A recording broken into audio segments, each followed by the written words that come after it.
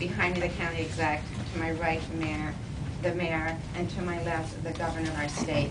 We are ever so fortunate to be able to have a state as small as we are, but as mighty as we are.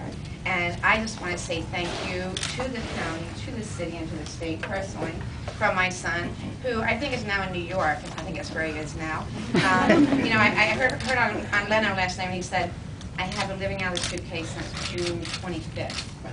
And when I was able to see him in Chicago, he's like, I just need to come home for a little while, Mom. And what a greater place to be today than right here at Towson High School with Janie Behringer, with the band, with the cheerleaders, with the staff that some of them had Michael in the classes, as well as my other two daughters, Hillary and Whitney. It's just, really, it's a wow factor for me. And I thank you from the bottom of my heart on behalf of the Phelps family for everything you've done in our state to support both Michael, Katie, and all the Olympians across the United States. They are exemplary role models for our next generation.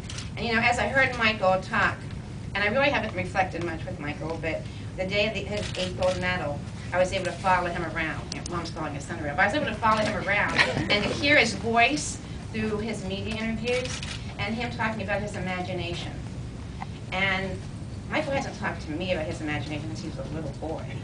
So to hear Michael talk about his imagination and to believe in yourself, that is the message that he sends not only to my 620 students at Windsor Mill, but all the students across the entire country, around the world, and I am very proud for the message he is sharing with everyone.